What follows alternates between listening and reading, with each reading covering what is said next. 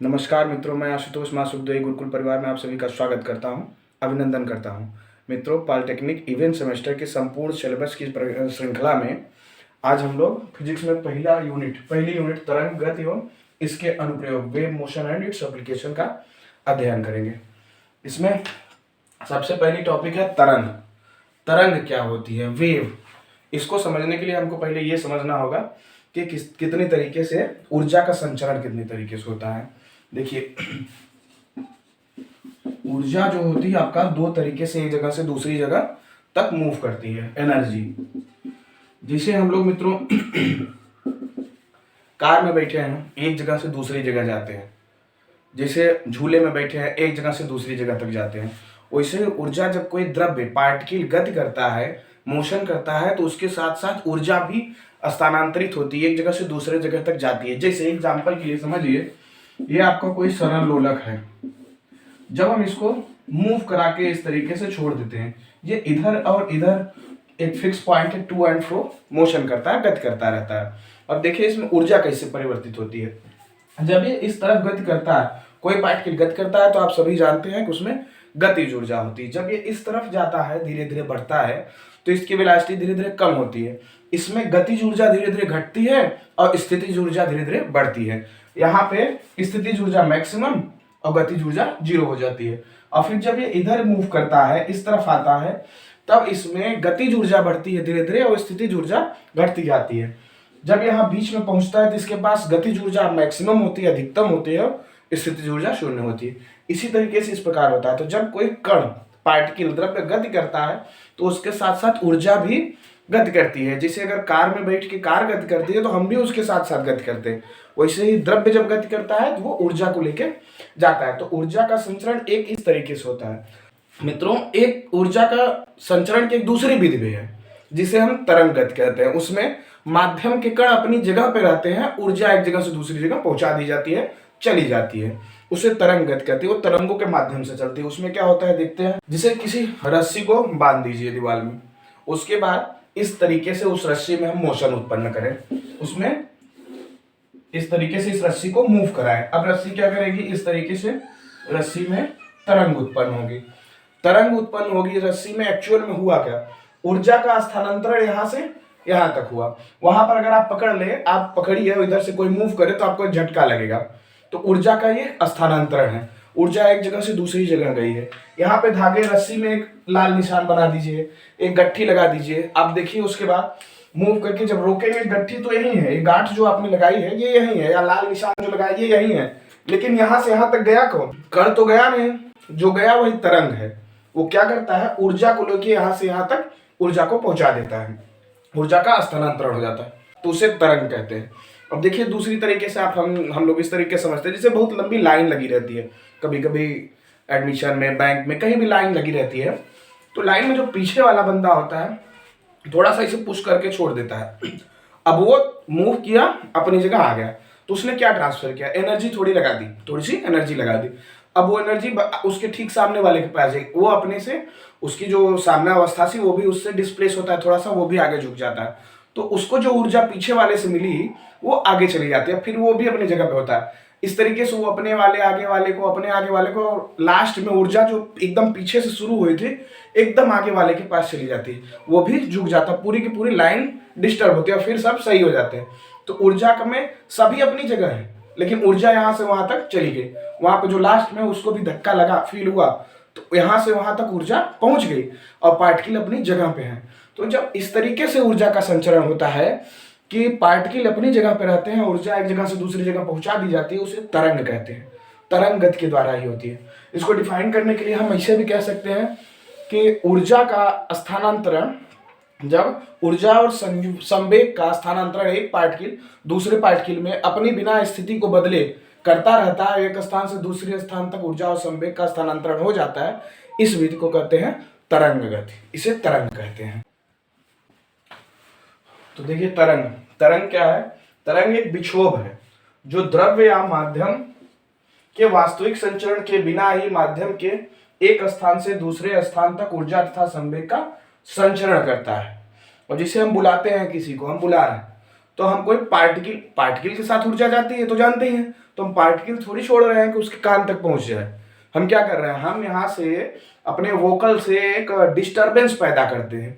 वायु में जो यहाँ पे हवा है उसमें एक डिस्टरबेंस पैदा करते हैं।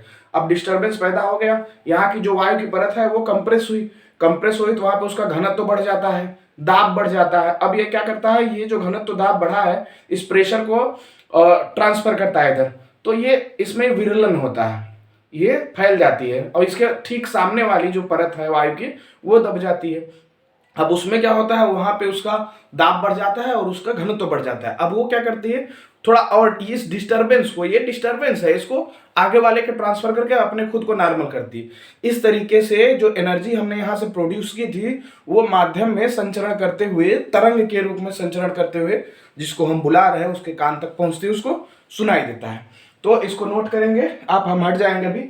देखिए, a wave is a disturbance which propagates energy and momentum from one place to other without the actual transport of matter।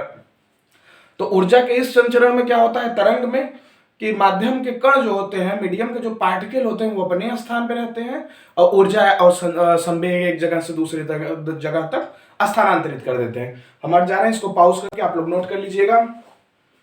देखिए, तरंगों का वर्गीकरण, अलग अलग आधार पर तरंगों को अलग अलग तरीके से डिफाइन किया जाता है। जैसे अगर हम माध्यम की बात करें कि माध्यम के अनुसार, माध्यम को अगर हम कंसीडर करें तो उसके अनुसार तरंगे कितने प्रकार की होती हैं, तो दो प्रकार की होती है, यांत्रिक तरंगे अथवा प्रत्यास्थ तरंगे, इनको कहते हैं मैकेनिकल और इलास्टिक वेव। दूसरा होता है विद्युत चुंबकीय अथवा अप्रत्यास्थ तरंग। दूसरा क्या होता है, विद्युत चुंबकीय अथवा अप्रत्यास्थ तरंग, इसको बोलते हैं इलेक्ट्रोमैग्नेटिक वेव और इनइलास्टिक वेव। अब पहला वाला जो यांत्रिक तरंग है, पहला वाला, उसमें क्या होता है, यांत्रिक तरंग उसको कहते हैं जिसके लिए माध्यम की जरूरत होती है। ये तरंगे बिना माध्यम के चल नहीं सकती हैं। जैसे ध्वनि तरंगे, ध्वनि तरंगों के लिए कौन सा माध्यम चाहिए, हवा चाहिए होता है ना, हवा एक माध्यम है ना, और भी चाहिए होता है, सॉलिड में भी चलती हैं, एयर में भी चलती हैं, हर जगह चलती हैं। तो बिना मीडियम के ध्वनि तरंगे लेकिन नहीं चलती हैं। आप स्पेस में जाए तो आप बात नहीं कर सकते, आपकी आवाज नहीं जा सकती एक दूसरे तक, क्योंकि वहां पे कोई मीडियम नहीं है तो नहीं चलेंगे। जैसे आपका रस्सी बांध लीजिए, उसमें मोशन कराइए, एक वेव बनेगी, वेव जो जनरेट होगी उसके लिए एक मीडियम, कौन सा मीडियम है, रस्सी एक मीडियम है। पानी है, उसमें पत्थर फेंक दीजिए तो उसमें जो अप डाउन ये रिंग बनती है सर्कल के रूप में, वेव चलती है, वो भी क्या है, मैकेनिकल वेव है, आपकी इलास्टिक वेव है। और भूकंप तरंगे हो गई, इस तरीके की जो भी तरंगे बनती हैं उनको यांत्रिक तरंगे कहते हैं। तो सीधे सीधे हम एक शब्द में कह सकते हैं, ऐसी तरंगे जिनके लिए माध्यम की आवश्यकता होती है उन्हें हम यांत्रिक तरंगे कहते हैं। और इसके लिए हम एग्जांपल लिख दे रहे हैं, जैसे भूकंप तरंगे, भूकंप तरंग, रस्सी में उत्पन्न तरंग,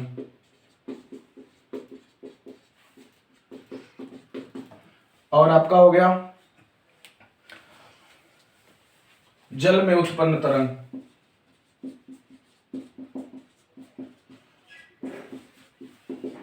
ये सब तरंगे यांत्रिक तरंगे। इसके लिए मीडियम के पास दो गुणों का होना आवश्यक है। एक तो वो प्रत्यास्थ हो और दूसरा उसके पास इनर्शिया, इलास्टिसिटी और इनर्शिया, इन दोनों गुणों का होना आवश्यक होता है मीडियम के लिए, जिस मीडियम में यांत्रिक तरंग उत्पन्न की जा रही है। ठीक है, एक हो गया आपका इलास्टिसिटी और दूसरा है इनर्शिया, इसे कहते हैं जड़त्व। मैकेनिकल वेव के लिए मीडियम जो है, उस मीडियम में दो गुण होने चाहिए, प्रत्यास्थता और जड़त्व, इलास्टिसिटी और इनर्शिया। दूसरी होती है विद्युत चुंबकीय तरंगे। तो विद्युत चुंबकीय तरंगे ऐसी तरंगे होती हैं जिनके लिए मीडियम की आवश्यकता नहीं होती है। तो आप माध्यम के अनुसार हम दो प्रकार से डिफाइन कर लिए, एक जिसके पास माध्यम होना चाहिए उसे यांत्रिक तरंग बोलेंगे, एक जिसके पास माध्यम की जरूरत जिसे हो ही नहीं उसे बोलेंगे हम विद्युत चुंबकीय तरंगे अथवा अप्रत्यास्थ तरंगे। इनका एग्जांपल देखिए, जैसे लाइट हो गया, प्रकाश, उसके लिए मीडियम की जरूरत नहीं है। अर्थ के चारों तरफ एक सराउंडिंग है, वहां पे लाइट आती है, मीडियम है ना, लेकिन स्पेस से अगर चल के आ रहे सन से तो बीच में कोई मीडियम नहीं है, तो ये इलेक्ट्रोमैग्नेटिक वेव होती है। ये आपकी क्या है, लाइट, प्रकाश, रेडियो तरंगे होंगे, ये भी क्या है, इलेक्ट्रोमैग्नेटिक वेव है। ये सब क्या है, इलेक्ट्रोमैग्नेटिक वेव के एग्जाम्पल है। अब देखिए, तरंग के चलने की विमाओं के अनुसार तरंग के चलने की विमाओं के अनुसार तरंग कितने प्रकार से डिफाइन की जाती है? तो 3 तरीके से, एक बीमी तरंग, द्विबीमी तरंग और त्रिविमी तरंग। एक बीमी तरंग क्या है? जिसे स्ट्रेच्ड वायर है उसमें जो तरंग चलती है उसको एक बीमी तरंग कहते हैं। उसमें होता क्या है? ऊर्जा का स्थानांतरण एक ही डायमेंशन में होता है, एक बीमा में होता है, इसलिए उसे एक बीमी तरंग कहते हैं। द्विबीमी तरंग, इसमें ऊर्जा का स्थानांतरण 2 बीमाओं में होता है। जैसे पानी में पत्थर फेंक दिए, अब उसमें up and down, up and down, up and down, X axis, Y axis, या ऐसे समझिए वेव भी इस तरीके से मोशन कर रही है और उसमें 2 बीमाओं में कंपन हो रहा है ना। उसमें जो कंपन हो रहा है, वेव जो चल रही है, द्विबीमी तरंग है। इसमें एक तल का उपयोग होता है, 2 बीमाओं का, 2 डायमेंशन का। त्रिबीमी तरंग, जैसे स्पेस में हम बोल रहे हैं आवाज जा रही है, तीनों दिशाओं में, थ्री डायमेंशन में, चारों तरफ संचरण होता है। जैसे प्रकाश हो गया, बल्ब जल रहा है, सभी तरफ प्रकाश जाएगा। तो इस तरीके से अगर वेव चलते हैं उसको त्रिबीमी तरंग कहते हैं। ये चलने के आधार पर डिफाइन किया गया है। तीसरा क्या है? ऊर्जा संचरण के अनुसार। एक होता है प्रगामी तरंग और दूसरा होता है अप्रगामी तरंग। जिसमें प्रगामी तरंग क्या है? इसमें ऊर्जा का जो एक निश्चित वेग से आगे बढ़ती है, ऊर्जा का संचरण जो होता है एक निश्चित वेग से आगे बढ़ती है। और दूसरा होता है अप्रगामी तरंग। अप्रगामी तरंग में ऊर्जा का संचरण नहीं होता, ये एक मैक्सिमम और मिनिमम वैल्यू के रूप में स्थिर वेव होती है, इसमें ऊर्जा का संचरण नहीं होता है। ठीक है।